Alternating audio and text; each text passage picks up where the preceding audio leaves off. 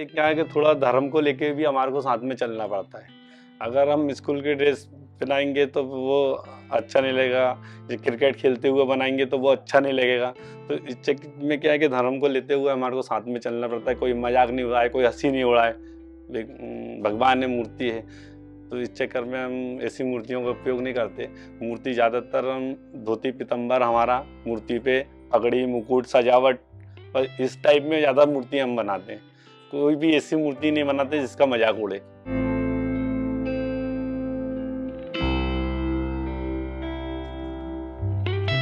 नाम मेरा प्रकाश द्विवेदी मूर्तिकार है।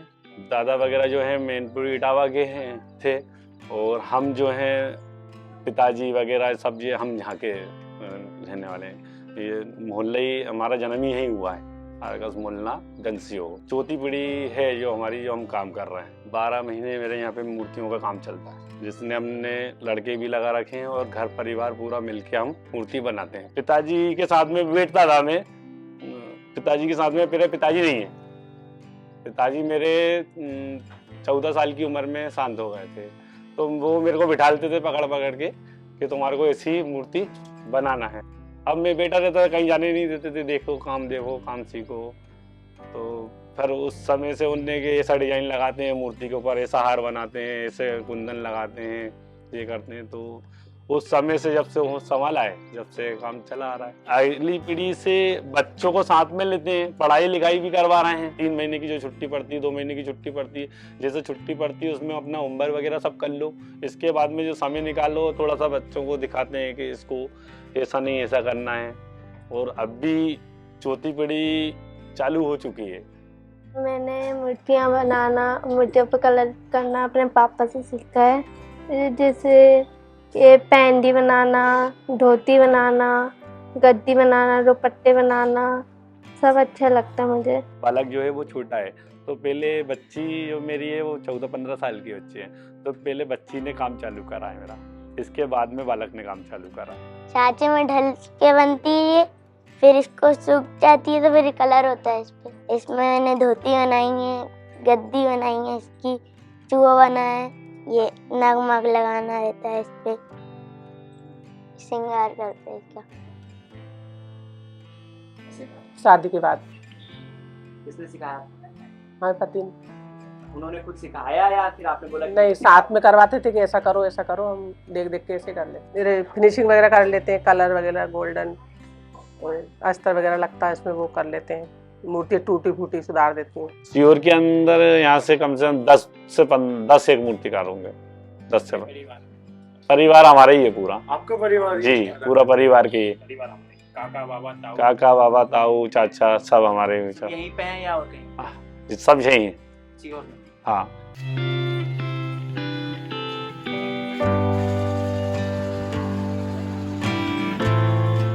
साल को पिलाना में ऐसे करते हैं कि हमें नए डिजाइन, हमारे को जनवरी के अंदर हम नए डिजाइन बनाना चालू कर देते हैं।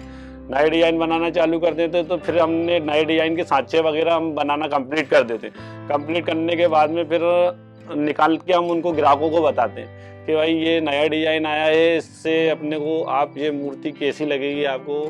तो फिर वो ग्राहक आते हैं हमारे करने, फिर हम वो देखते हैं, फिर हमारे को वो बताते हैं मूर्ति को ये वाली हमारे को इतनी चाहिए, ये वाली इतनी चाहिए। तो फिर हमारा उससे टारगेट बनता है। ज़्यादा लंबे समय हमारे को मॉडल बनाने में लगता है। पहले उसको मॉडल बनाना पड़ता है, डिजाइन निकालना पड़ता है। तो मॉडल बनाने के अंदर कम से कम 10 से 12 दिन लग जाते हैं हमें। फिर मॉडल निकालने के बाद में हम उसकी डाई बनाते हैं। डाई बनाने के बाद में कम से कम 15 दिन और लगते हैं उसके अंदर। तो 25 दिन मान लो ज़्यादा से ज़्यादा इसके अंदर। पिताजी वगैरह जब काम करते तो उस समय से थोड़ा बहुत परिवर्तन मूर्तियों के अंदर आ गया।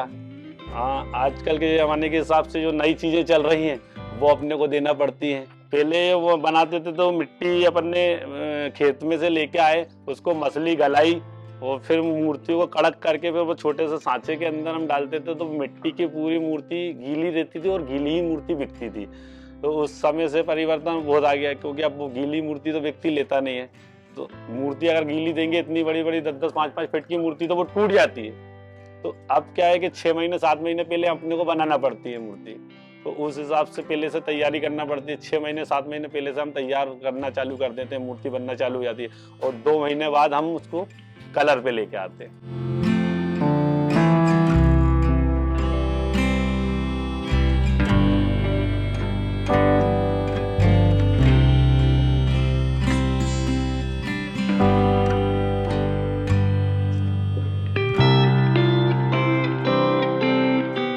मूर्ति के अंदर श्रृंगार चाहिए। मूर्ति के अंदर डिमांड ये है कि डिजाइन हमारा जो मनपसंद है वो फोटो दिखा के हमको उनके हिसाब से बनाना पड़ती है।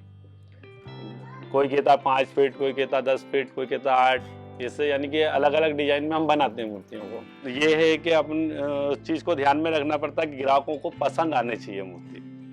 ज़्यादातर हंसती हुई मुस्कुराती हुई मूर्ति ज़्यादा चलती है। जो अगर मूर्ति अगर देखे तो मनमोहक उसको लगे कि हाँ ये मनमोहक मूर्ति बनी हुई है। तो सीधे हाथ तरफ तो आशीर्वाद का हाथ रहता है और दाएं तरफ लड्डू का हाथ पे देते हैं, वो ज़्यादा चलती है अपने आप। और चूहा पैर के नीचे रहता है अधिकतर। छोटी मूर्ति बनाते हैं कम से कम 2,500 से 3,000 मूर्ति होती है। और बड़ी जी मूर्ति का जो रहता है टारगेट वो 300 मूर्ति का टारगेट रहता है, जिससे हमारा कम से कम उसके अंदर 4 से 4.5 लाख रुपए हमारा लागत लग जाती है। 6 महीने 7 महीने गणेश जी का काम, जब तक गणेश जी नहीं आते जब तक हमारा गणेश जी का काम चलता रहता है। तो गणेश जी जैसे ही उठते हैं उसके 2 दिन छोड़ के माता जी में लग जाते हैं हम। माता जी के डिजाइन हम भी दे दिए हैं हमारे को, माता जी के हमारे कने ऑर्डर आ चुके हैं। अब हम गणेश जी जैसे ही उठेंगे हम माता जी का काम चालू कर देंगे।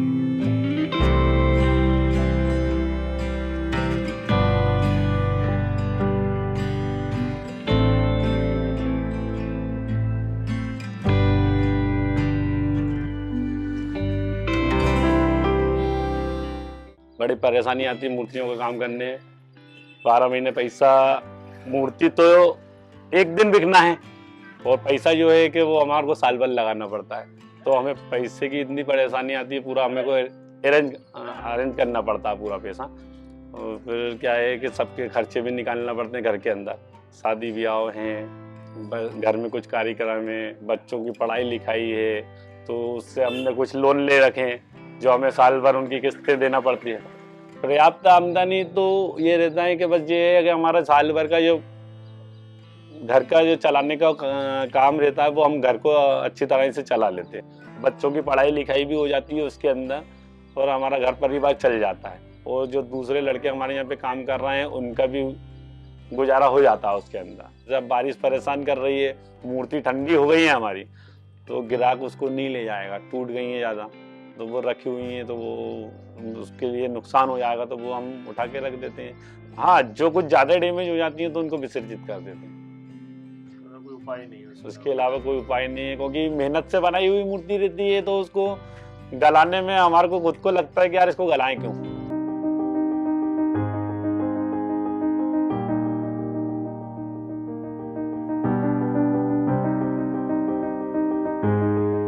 रुचि तो इसलिए लेना पड़ती है क्योंकि घर परिवार हमारा उससे ही चलता है।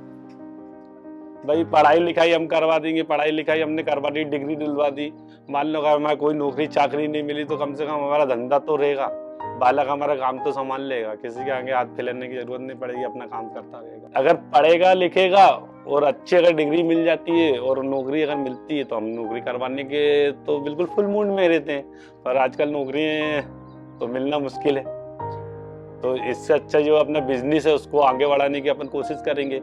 भाई अगर आप पीढ़ी द्वारा, अगर मेरा बालक ही जो चौथी पीढ़ी का है, मैं अगर उससे आगे काम करवाऊंगा तो वो शायद हो सका 5वीं पीढ़ी हमारी काम चालू कर दे, पीढ़ी बाई पीढ़ी काम चालू हो जाएगा हमारा।